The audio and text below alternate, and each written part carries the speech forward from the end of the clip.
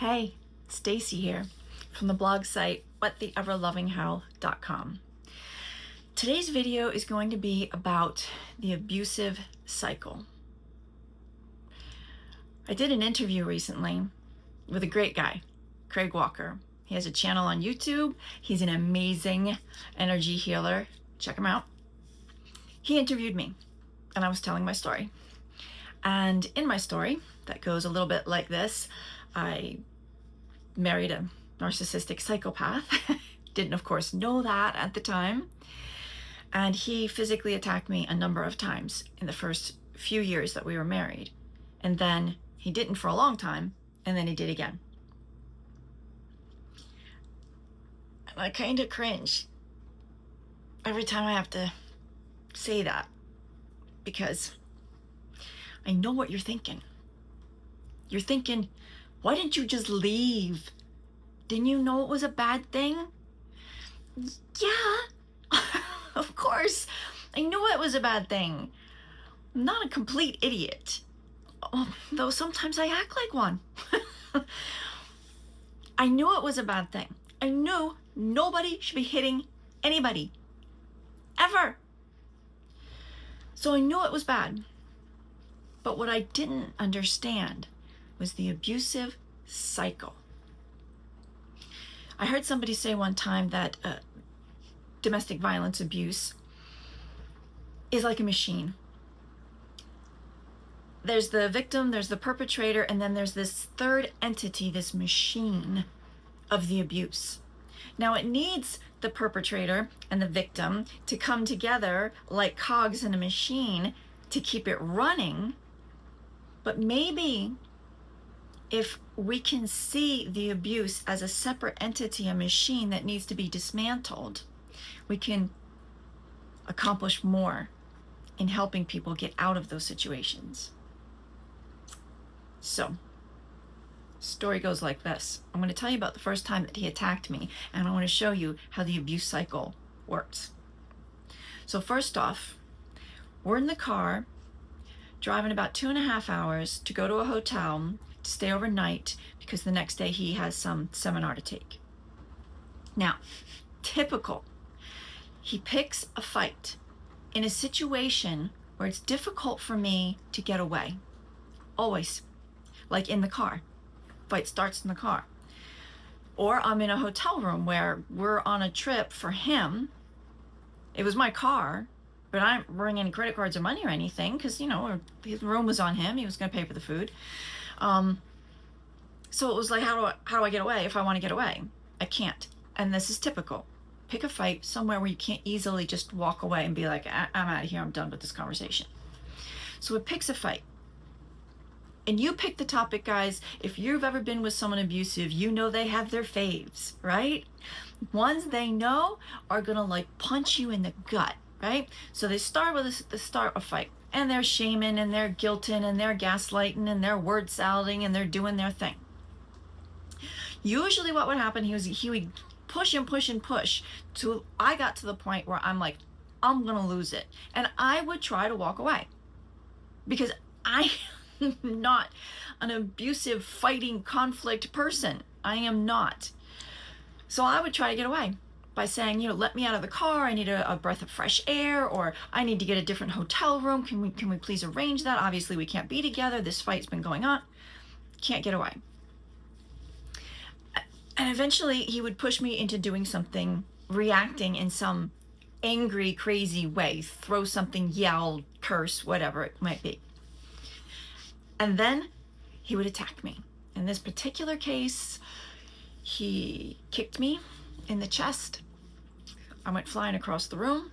He came over and got me, dragged me back out into the middle of the room, flipped me over, got on top of me, and right. And he's a big dude. So it was very dangerous. Very dangerous. At first, I'm angry. And this is what's interesting. So every time after he would attack me, in that moment, the mask would fall. The mask would fall, and he was God. And I was just some peon peasant who deserved anything he decided to dish out. So first the mask would fall, and then within an hour to 8 hours later, the waterworks would start.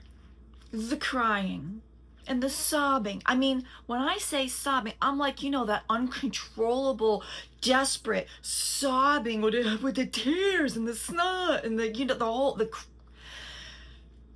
so upset because, and any of you who have ever been in an abusive situation, you're going to recognize these words, right?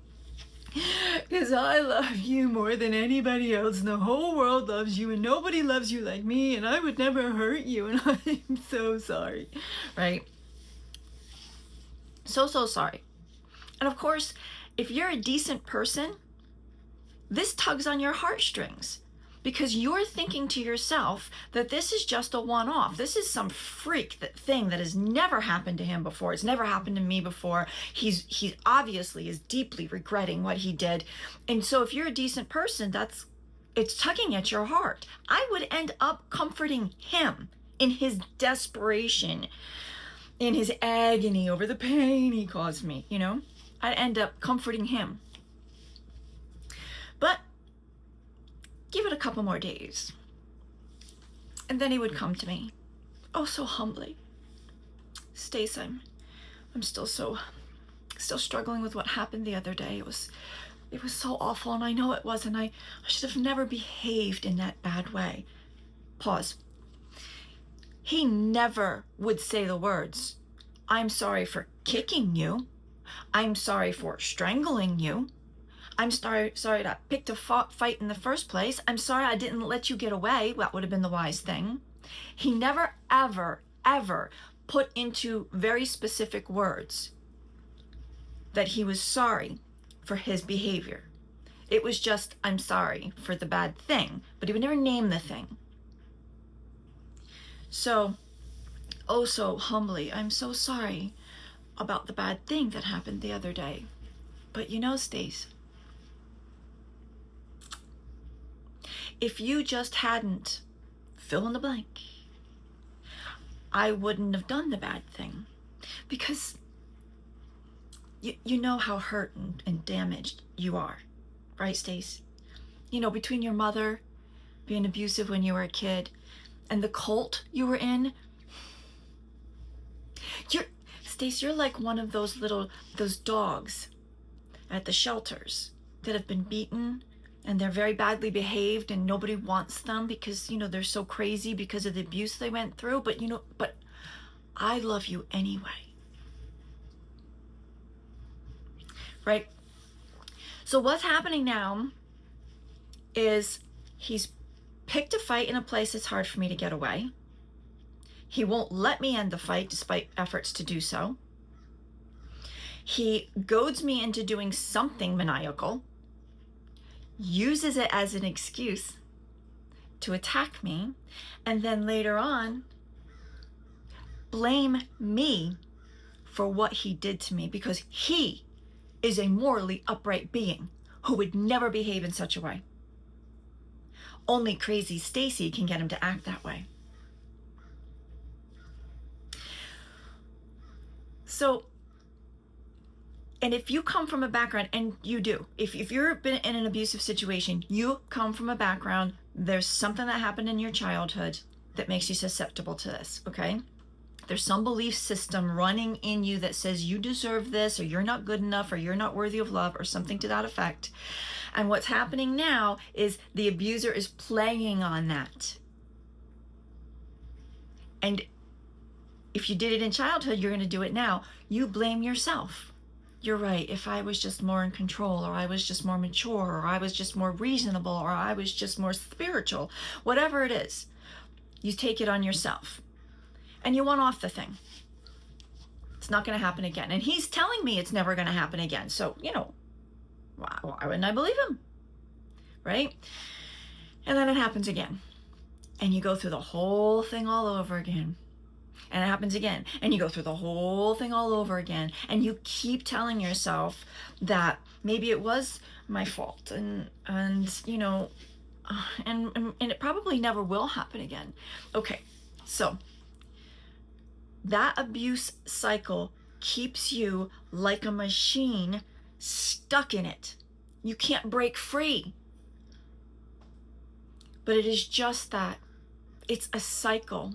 And if you can see the pattern of that cycle, of that machine in the way it works, you can begin to dismantle it. And that's what I hope for this video today. Understand, start seeing the patterns in the abuse. Even if it's not physical abuse, it's just verbal stuff, emotional, psychological stuff. See if you can't start pinpointing the patterns that the other person behaves like, that you then react to, that then you take on the blame and then keep one-offing it, and it keeps the thing going and going and going. I hope that helps. Till next time, peeps.